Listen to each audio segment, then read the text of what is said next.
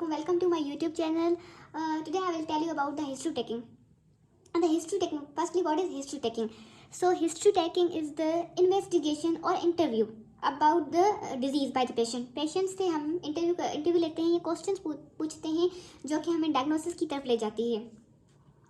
सबसे पहले मैं must you have to do this कि जब आप जा रहे हैं वार्ड्स में पोस्टिंग पे तो you have to be well dressed. आपको एप्रॉन पहना हुआ हो और अगर आपके पास अवेलेबल हो तो स्टेट भी आप लेके जाइए. ठीक है. सो यस्टरडे कुछ दिन पहले मेरे टीचर ने मुझे ये बताया था कि history taking is not a knowledge, history taking is the art. It is the art. आपको उसके बारे में मतलब कैसे हम पेशेंट से उगलवाएं क्वेश्चंस, क्योंकि कुछ पेशेंट्स बताते नहीं हैं. नंबर सेकंड के आपको इंट्रोड्यूस करना है खुद को पेशेंट को. मतलब आप बताएंगे कि I am the 3rd year 4th year और फाइनल ईयर स्टूडेंट और टेकिंग कंसेंट के मैं आपसे कुछ सवाल पूछना चाहती हूँ या पूछना चाहता हूँ, या आप ऐसे ही कह सकते हैं कि मैं आपसे पूछूंगी या पूछूंगा. ठीक है. अब बायोडेटा है. सबसे पहले बायोडेटा, पहले तो हम नेम पूछेंगे, name, then we ask the father name और हस्बैंड नेम. हमें डायरेक्टली हस्बैंड नेम नहीं पूछना, हमें उनसे पूछना है फादर नेम.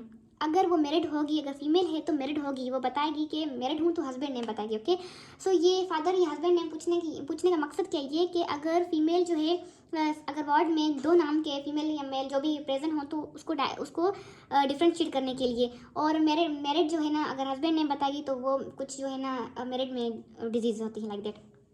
उसके अलावा एज से रिलेटेड भी लाइक यंग एज और ओल्ड एज में डिजीज़ की डिफरेंस होती है. लाइक ओल्ड एज में ब्रेन की डिजनरेशन वगैरह सब कुछ. और सेक्स तो वो तो आपको नेम से पता चल जाएगा कि फीमेल है या फिर मेल है. तो कुछ डिजीज़ मेल में ज़्यादा होती है तो कुछ फीमेल में लाइक दैट, जैसे कि LDL कोलेस्ट्रॉल वगैरह मेल में ज़्यादा है. और मैरिटल स्टेटस तो आपको, अगर वो मेल पेशेंट है तो आप फादर ने पूछेंगे तो बाद में उससे ये पूछना कि आप मैरिड हैं या फिर अनमेरिड हैं. और रिलीजन आपको पता चल जाएगा नाम से.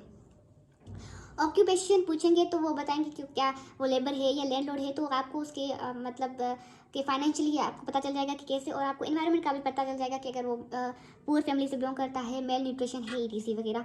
और कब एडमिट हुआ था, डेट ऑफ एडमिशन. ये जो 10 पॉइंट्स मैंने आपको बताए, you have to remember it, take in your mind. Date of admission, when he और शी एडमिटेड. और मोड ऑफ एडमिशन, आइदर वो इमरजेंसी में आया है या फिर वो OPD में आया है. दिस इज़ मस्ट कि अगर इमरजेंसी में तो हमें उसे जल्दी से ट्रीट करना है, OPD में है तो उसको मतलब वो इन्वेस्टिगेट करके लेबोरेटरी वगैरह टेस्ट से. और बेड नंबर और वार्ड नंबर ये भी हमें मस्त लिखना है कि अगर कोई प्रोफेसर हमसे पूछा है कि किधर है तो हम बताएंगे कि ये इस वार्ड में है और इस बेड नंबर पे है.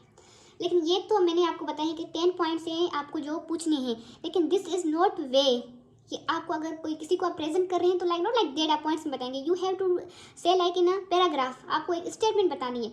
फॉर एग्जाम्पल मैंने आप लोगों के लिए एक एग्जाम्पल बनाइए. ये देखिए एग्जाम्पल 50 ईयर्स ओल्ड. तो पहले एज, यहाँ पे आप लिखेंगे एज 50 ईयर्स ओल्ड, तो आपको एज का अंदाज़ा हुआ. और मेल फीमेल जो कि जेंडर नेम, ये से आपसे रिलीजन भी पता चल जाएगा, सेक्स वगैरह. ठीक है. अब पेशेंट नेम्ड एज और जैसे XYZ उसका कोई भी नेम हो तो वो आप लिखेंगे डॉटर, सन, वाइफ ऑफ. अब यहाँ पे आपको उनका मैरिटल स्टेटस भी पता चल जाएगा. ठीक है. Resident of from where he is, में भी लाड़काना हो, कराची हो, दादू हो, क्योंकि मैं खैरपुर में पढ़ती हूँ तो in the Khairpur medical college तो यहाँ पे वहीं से ही लोग आते हैं. लाड़काना, दादू, गम्बट और कुछ कराची से भी हो सकते हैं. ठीक है. रेजिडेंट ऑफ, जो मैंने सी का नेम बताया वो लिखेंगे. फिर एडमिटेड हेयर थ्रो, कैसे एडमिटेड है, OPD है, इमरजेंसी है. ठीक है. ऑन डेटेड, कि कौन से डेट पे, जैसे कि मैंने आपको यहाँ बताई डेट ऑफ एडमिशन तो ये आप इधर बताएंगे date of admission. Then bed number, की कौन से बेड पे है, और वार्ड. ठीक है.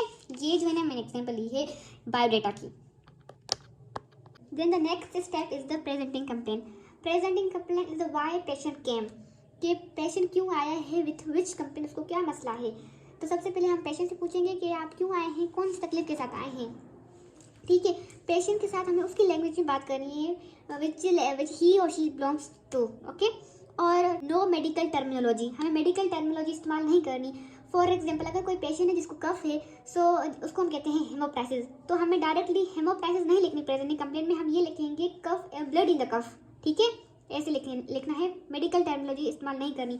और सेकेंड थिंग के हमें क्रोनोलॉजिकल ऑर्डर में लिखना है with the duration time since और फार, के कब से है, ड्यूरेशन मंथ से है, ईयर से है और डेज हुए हैं. नहीं ये ड्यूरेशन है, लेकिन क्रोनोलॉजिकल ऑर्डर क्या है? क्रोनोलॉजिकल ऑर्डर जैसे एग्जाम्पल ये मैंने बताया, ये फेवर है, किसी को वॉमिटिंग और डायरिया, तो सबसे पहले पेशेंट बोला है कि मुझे फीवर हुई है, मतलब उसको 15 दिन हुए हैं। सो पहले हमें ये लिखना है जिसको जो पुराना है, जिसको 15, ऐसे नहीं कि वो बोल रहा है कि मुझे 3 दिन में डायरिया, और डायरिया हम पहले लिख दें फिर वॉमिटिंग, ऐसे इल मैनर्ड है, हमें क्रोनोलॉजिकल ऑर्डर में ही लिखना है। सो 15 डेज के fever for 15 days, vomiting for 10 days, और ये 3 जो जितना पुराना होगा वो हम पहले लिखेंगे। अब इसकी मैं आपको एग्जांपल देती हूँ। ये देखिए, ये मैंने पहले बायोडाटा बताई थी, अभी प्रेजेंटिंग कंप्लेन है। So we have to write that patient present with the complain of, for example he और शी हैव, अगर फीवर है लाइक ऑर्डर में क्रोनोलॉजिकल ऑर्डर ये हमें लिखनी है, तो 15 days for vomiting for 10 days, diarrhoea for the 3 days. हमें एक स्टेटमेंट बनानी है जब हम प्रेजेंट करेंगे अपने प्रोफेसर या फिर जो हमें सुन रहा है, तो वो ऐसे नहीं कि बस ये लाइक डेट की नेम एज ये है प्रेजेंट में कंप्लेन, लेकिन हमें बिल्कुल स्टेटमेंट की तरह बतानी है। Patient present with the complain of fever for the 15 days, vomiting for the 10 days, diarrhoea for the 3 days. Now I will tell about the HOPC। HOPC is the history of present complain. मैंने आपको पहले बताया कि fever, vomiting, diarrhoea, तो हमने vomiting को ही detail में लिया। तो वॉमिटिंग के बारे में, तो वॉमिटिंग में ये है कि सबसे पहले ऑनसेट क्या है। ऑनसेट मतलब कि एक्यूट है, क्या उसने खाना वगैरह खाया, रात का कुछ रखा हुआ है, फूड पॉइजनिंग वगैरह हुई है, या टॉक्सिन से या ड्रग से, तो एक्यूट हमें ऑनसेट पूछने की, एक्यूट है क्रोनिक इलनेस वगैरह की। तो एपिसोड लाइक दैट के 1 2 बार 3 बार मतलब कितनी बार में किए हैं, और ड्यूरेशन पूछनी है कि फॉर हाउ मच वाइल, और इंटरवल्स में नहीं है, कितने टाइम के बाद है और नहीं। क्वांटिटी पूछनी है कि कप है, हाफ कप है, कितना है, तो ये सब पूछना है कि वो आपको बताएंगे पेशेंट। और उसके बाद ये बताएंगे कि स्मेल कैसा था, और टेस्ट क्या बिटर था, सॉल्टी था, कौन सा टेस्ट का था, ये पेशेंट ही आपको बता सकते। जब आप पूछेंगे प्रोजेक्टाइल और नॉन प्रोजेक्टाइल है। Follow by food. अब फॉलो बाय फूड कैसे, मतलब खाना खाए तो उसके बाद ये जो है ना साइन हो सकता है कि कभी ऑब्स्ट्रक्शन वगैरह होती है, तो उसमें ये बंदा खाना खाता है तो उसके बाद ये, और मतलब बच्चों में भी होती है, जब वो कुछ खाते हैं, बच्चों को दूध वगैरह देते हैं तो उनके बाद वॉमिटिंग वगैरह होती है, तो ये फॉलो बाय फूड ऑब्स्ट्रक्शन वगैरह की निशानी होती है। कलर लाइक येलो है, ग्रीन है, ग्रीनिश वगैरह जो कलर हो सकता है। और time of day when he vomit, blood पूछ सकते हैं कि वॉमिटिंग में ब्लड तो नहीं है। और एसोसिएटेड सिम्टम्स लाइक नोजिया है, हेडेक है, फीवर वगैरह है, इसके साथ एब्डोमिनल पेन है, नहीं है डायरिया, क्योंकि अक्सर जो है ना वॉमिटिंग के साथ डायरिया होता ही होता है। सो वो ये सिम्टम्स वगैरह हमें हेडेक पूछने हैं। करेक्टर क्या है, फीकल करेक्टर तो नहीं, अगर फीकल करेक्टर है तो मतलब वो डीप इंटेस्टाइन से है। ठीक है guys, thank you for watching. और अगर ये जो है सिर्फ 3 HOPC तक मैंने बताया, लेकिन आगे हिस्ट्री ये कंप्लीट नहीं है। Systematic history, medical surgical history, personal family history और ऑक्यूपेशन वगैरह, सोशल इकोनॉमिक, ये सब हिस्ट्री आगे हमें पूछनी है। फॉर द फर्दर मोर आप कमेंट कीजिए, शेयर कीजिए, सब्सक्राइब कीजिए।